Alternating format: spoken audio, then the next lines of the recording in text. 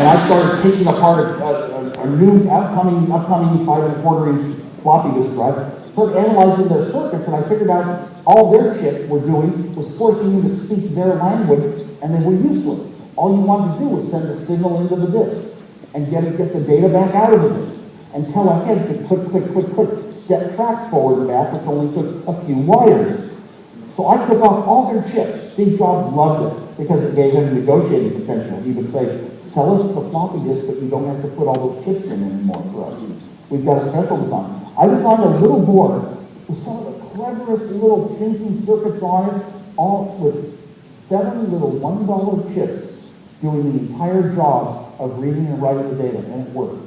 Well, I said, and when I got done, I said, I must not be doing important things that disks do, because mine is only 7 chips, and all the other ones take 50 chips, even if one of the chips is a huge big chip designed to do the entire job. So I went and I explored and studied a competitor's design at that point, their floppy disk controller. Oh my God, in the end I said, mine does more. It's more flexible. I can write little programs on my own computer that change its characteristics, and we had a huge winner again. But it was for a personal reason. It wasn't because I got paid a salary to do this.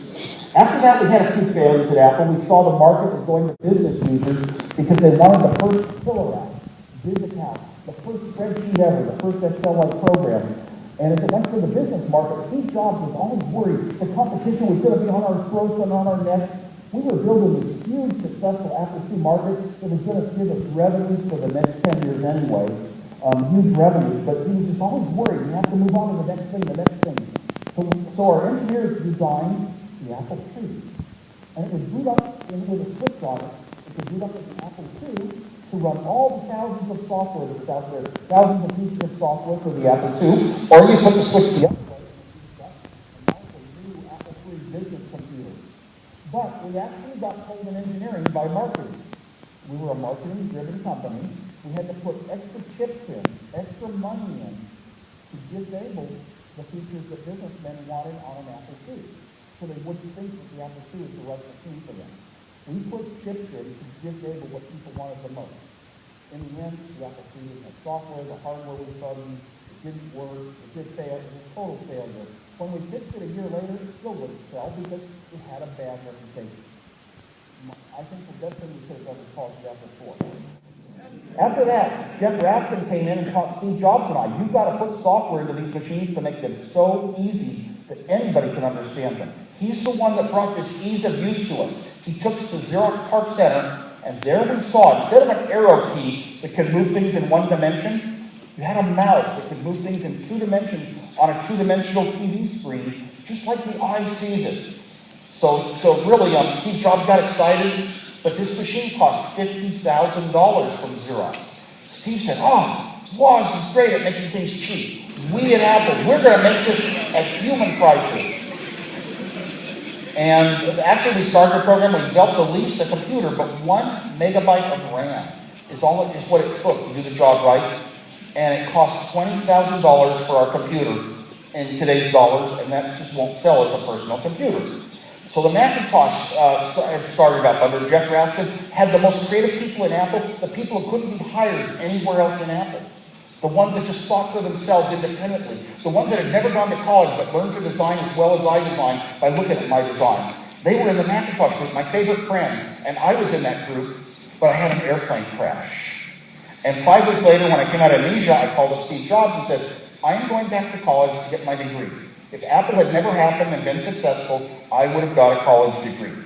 And I'm so glad that I was able to stay the person I would have been without that huge success. I didn't want to go to my head to where I would only have power and control and money and invest more and be around CEOs. No, I wanted to be around the interesting people in the world that make the new crazy things. The Macintosh failed very drastically at first, but we had huge revenues coming in from the Apple II. And that bought us time to build our future into the Macintosh computer over years, and eventually it became the highlight. The most exciting day ever for me at Apple was the day that the Macintosh was introduced, and Steve Jobs was presenting it as overturning the way that everybody has to go down the same course as everyone else, and we're the bright specter on the block. We're the one that's doing things differently and saying, think for yourselves. What a great image. Well, eventually, Steve was having run-ins with people and problems, and the Macintosh had failed, and he was put off that project. So he left Apple. He felt inside that he was meant to design computers and that he was too limited to do it at Apple. Steve had been very young in his approach to the company. He always wanted to be involved in high-level decisions, but he wasn't patient and had the ability to communicate and deal with people the right way. Well, he went away and he formed his own companies.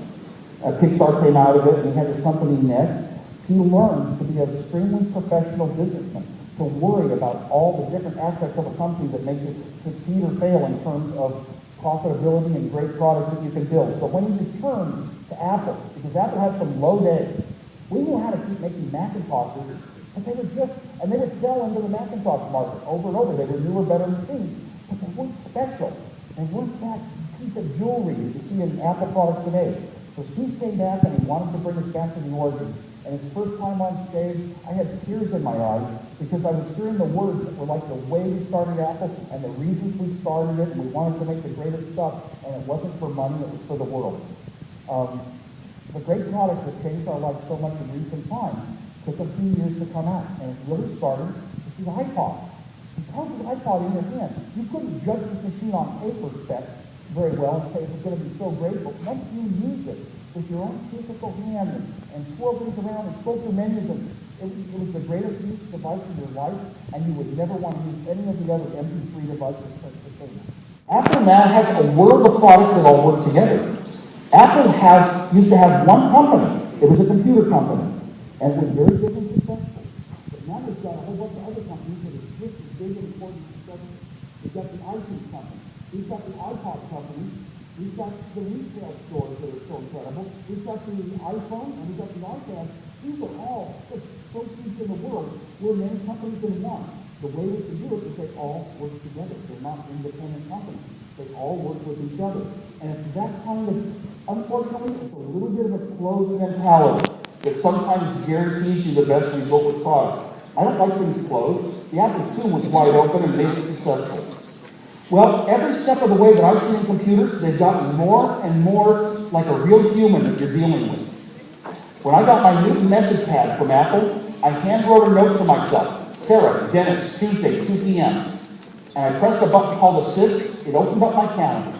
Tuesday at 2 p.m., a note for the dentist, Sarah, out of my address book. I wrote the note for myself, a human, but this computer understood me.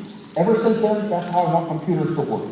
Now I would take Siri and say, what are the 5 largest lakes in California? 1, 2, 3, 4, 5, I get the answer. Oh my God, I'm speaking the way normal people speak. I don't have to think about following procedures. I'm tired of typing, working my way around typing procedures. Anytime I can to send an email, to record what I'm checking in, I want to do it with my voice because it's so simple. I feel like my brain is working less and technology should make us work less. There's a great future in natural language. Because of processing so much of this natural language, and eventually we're going to be processing video from your devices. My little device has all of the human sensory elements almost. It's got a sense of touch, like I have a sense of touch. It knows how it's moving, like my inner ear. It knows where it is from GPS. I don't even know that. It can hear me with its ears. It can see me with its eyes. Someday it's going to be watching the world as I go around and telling me, oh, something you're interested in is over there, answering all my questions as they come up. It's going to be like a person, and I'm going to talk to it like a person, and it's going to know my heart and soul better than I do. Computers are going to be conscious, maybe 40 years, so it's a long, long ways off. But it's going to be a big day, because finally, a computer will be like a human teacher, and we'll be able to have one-on-one teaching. Data centers have to process all this information, speech and video. More of the calculations of the world, when you use your product, you think this product's really smart, and it's got a big computer inside. No, it's always going over the internet through apps. And most of the processing, most of the information is taking place out there on the cloud, on the web somewhere. And data centers are going to be growing for ages and ages. I'll tell you, I don't know why there shouldn't be big data centers here in Tijuana. That'd be a great future. Thank you very much. We're going to move on to a few questions and answers. Thank you very much.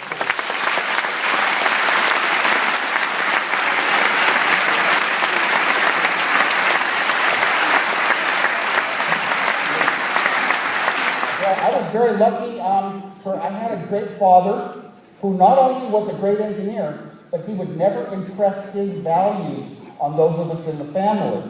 He would point out alternatives, different ways that people think, and then he would let us choose which way we wanted to go in life.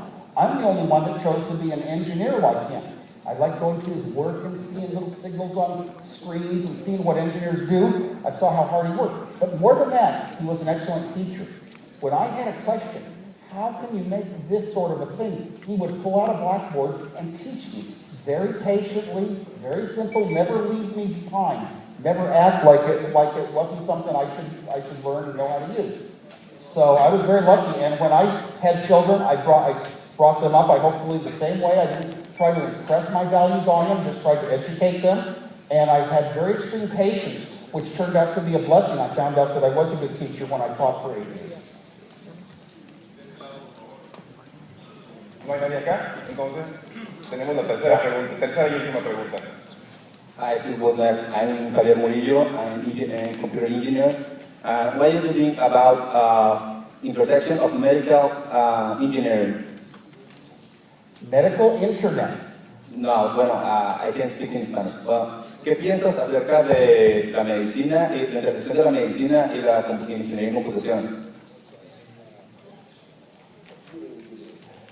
The intersection of medicine and computer engineering. Well, there are an awful lot of new devices. We're getting close to the point that, doctors are very well trained. They learn a lot, just like engineers. And believe me, good engineers have to use as much intellect as a doctor. They don't get paid as much. They have to know as much as any lawyer, much more to deal with and get their stuff done, but they don't get paid, a tenth as much. But we're getting to the point that we're going to have machines that can do very good personal diagnosis and help lead you to conclusions and tell you what medications are necessary. And it's not going to necessarily come from a human. So we could cut the cost of medical practice hugely that way. Of course, the doctors will have to become engineers. It's very interesting right now that, I've got devices that measure my blood pressure. They take the reading into my iPhone. It's automatically put on the web, and my wife and my best friend can actually see it. So can my doctor if he wants. These kind of little advances in the communication of medical condition are going to be very useful. It's going to gain some level of popularity, and you're going to run into problems when it gets into actually prescribing medicine. Muchas gracias por todas sus preguntas.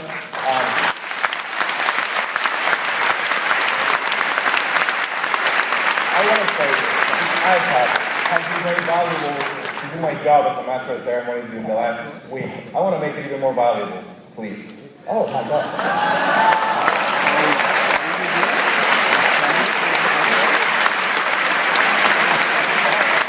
Thank you very much. Now we can